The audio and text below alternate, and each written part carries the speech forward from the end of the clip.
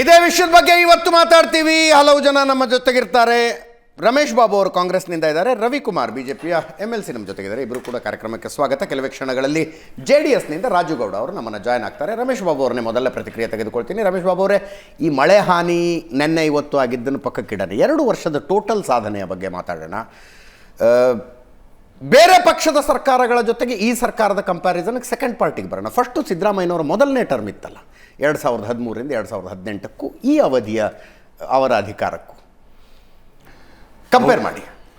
ಬಹುತೇಕ ಇವತ್ತಿನ ಹೊಸಪೇಟೆ ಸಮಾವೇಶ ಏನಾಯಿತು, ಸಮಾವೇಶದಲ್ಲಿ 2 ರೀತಿಯ ಸಾರ್ವಜನಿಕ ದಾಖಲೆಗಳು ಉಳಿಸುವಂಥ ಪ್ರಯತ್ನವನ್ನು ಕಾಂಗ್ರೆಸ್ ಸರ್ಕಾರದ ಮುಖ್ಯಮಂತ್ರಿ ಸಿದ್ದರಾಮಯ್ಯನವರು, ಉಪಮುಖ್ಯಮಂತ್ರಿ DK ಶಿವಕುಮಾರ್ ಅವರು ಮತ್ತು ನಮ್ಮ ಕಾಂಗ್ರೆಸ್ ಪಕ್ಷದ ಮುಖಂಡರು ಮಾಡಿದ್ದಾರೆ.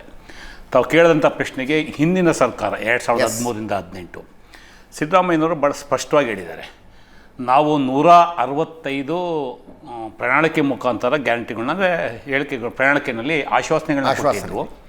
ಆ 165 ಆಶ್ವಾಸನೆಯಲ್ಲಿ 158 ಆಶ್ವಾಸನೆ ನಾವೇನು ಹೇಳಿದ್ವು ಅದು ಇಂಪ್ಲಿಮೆಂಟ್ ಮಾಡಿದ್ವು. ಇದು ಹೊಸಪೇಟೆ ಸಮಾವೇಶದಲ್ಲಿ ಹೇಳಿದಂಥದ್ದಲ್ಲ.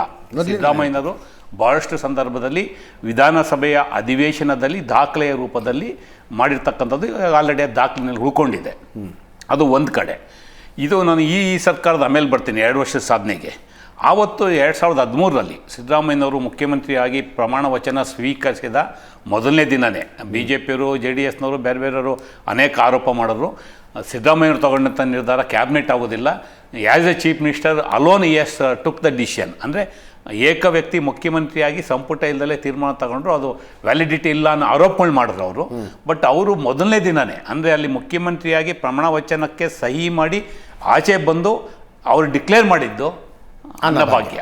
ಅಂದರೆ ಹಿಸ್ಟಾರಿಕಲ್ ಒಂದು ತೀರ್ಮಾನ. ಇಡೀ ದೇಶದಲ್ಲಿ ಅನ್ನಭಾಗ್ಯ ಸ್ಕೀಮನ್ನು ಮೊದಲು ಕರ್ನಾಟಕದಲ್ಲಿ ಜಾರಿ ಮಾಡಿದಂಥವ್ರು ಸಿದ್ದರಾಮಯ್ಯನವರು.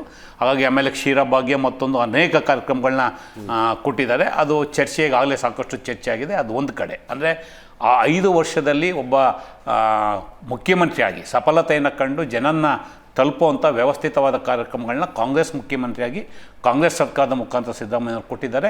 ಈಗಾಗಲೇ ಅದ್ರ ಬಗ್ಗೆ ಸಾಕಷ್ಟು ಚರ್ಚೆ ಆಗಿದೆ.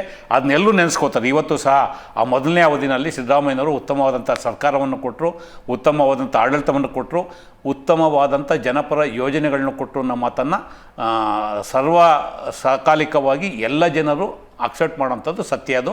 ಮತ್ತು ಈ ವಿಚಾರವನ್ನು ಅನೇಕ ಸಂದರ್ಭದಲ್ಲಿ JDS ಮತ್ತು BJP ನಾಯಕರು ಸಹ ಸದನದ ಒಳಗಡೆ ಚರ್ಚೆಯ ಸಂದರ್ಭದಲ್ಲಿ ಮಾತಾಡಿದ್ದಾರೆ. ಅದು ಒಂದು ಕಡೆ ಬಿಡ್ತೀನಿ.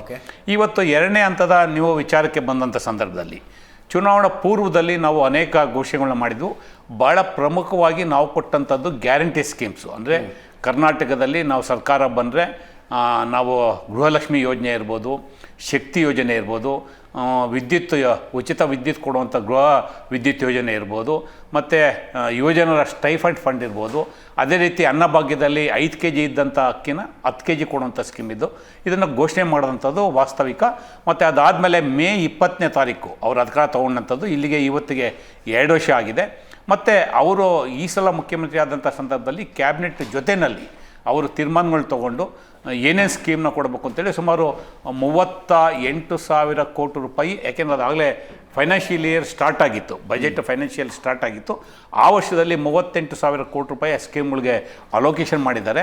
ಅದಾದಮೇಲೆ ಈ ಕಳೆದ ಬಜೆಟಲ್ಲಿ ಸುಮಾರು 51,000 ಕೋಟಿ ರೂಪಾಯಿಗಳನ್ನ ಎರಡನೇ ಬಜೆಟಲ್ಲಿ ಕೊಟ್ಟಿದ್ದಾರೆ. ಈ ಸಲ ಸುಮಾರು 52,000 ಕೋಟಿ ರೂಪಾಯಿಗಳನ್ನ ಅಲೋಕೇಶನ್ನಲ್ಲಿ 25-26ನೇ ಬಜೆಟ್ನಲ್ಲಿ ಅವರು ಕೊಟ್ಟಿರ್ತಕ್ಕಂಥದ್ದು. ಒಟ್ಟಾರೆಯಾಗಿ 4,08,000 ಕೋಟಿ ಬಜೆಟ್ ಅವರೇನು ಘೋಷಣೆ ಮಾಡಿದ್ದಾರೆ. ಇದರಲ್ಲಿ ವಿಶೇಷವಾಗಿ ಈ ಸಲ ಒಂದು ಗ್ಯಾರಂಟಿ ಸ್ಕೀಮ್ಸ್ಗೆ 52,000 ಕೋಟಿ ರೂಪಾಯಿ ಅಲೋಕೇಶನ್ ಮಾಡಿರ್ತಕ್ಕಂಥದ್ದು. ಅದೇ ರೀತಿ ಸೋಷಿಯಲ್ ವೆಲ್ಫೇರ್ ಸ್ಕೀಮ್ಸ್ ಭಾಳ ಜನಕ್ಕೆ ಗೊತ್ತಿಲ್ಲ, ಬರೀ ಗ್ಯಾರಂಟಿ ಬಗ್ಗೆ ಚರ್ಚೆ ಆಗ್ತಾಯಿದೆ ಈ ರಾಜ್ಯದಲ್ಲಿ.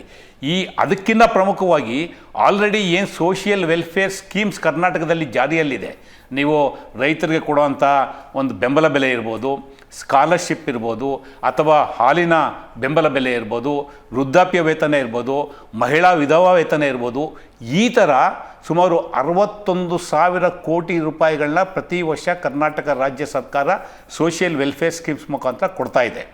ಅದ್ರ ಜೊತೆಗೆ ಡೆವಲಪ್ಮೆಂಟ್ ವರ್ಕ್ಗೆ ಈಗಾಗಲೇ ವಿಧಾನಸಭೆ ಅಧಿವೇಶನದಲ್ಲಿ ಫೆಬ್ರವರಿ ಆದಂಥ ಬಜೆಟ್ ಅಧಿವೇಶನದಲ್ಲಿ ಮುಖ್ಯಮಂತ್ರಿಗಳೇ ಭಾಳ ಸ್ಪಷ್ಟವಾಗಿ ಹೇಳಿದ್ದಾರೆ, ಸುಮಾರು 1,02,000 ಕೋಟಿ ರೂಪಾಯಿಗಳನ್ನ ಡೆವಲಪ್ಮೆಂಟ್ ವರ್ಕ್ಗೆ ಏನೇನು ಇವತ್ತು development work department wise allocation ಇದೆ ಇಟ್ಟಿರ್ತಕ್ಕಂಥದ್ದನ್ನ ಅವರೇ ಭಾಳ ಸ್ಪಷ್ಟವಾಗಿ ಹೇಳಿದ್ದಾರೆ.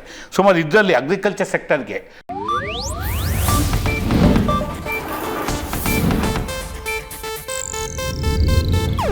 ಇದು ಏಷ್ಯಾನೆಟ್ ನ್ಯೂಸ್ ನೆಟ್ವರ್ಕ್ ಪ್ರಸ್ತುತಿ.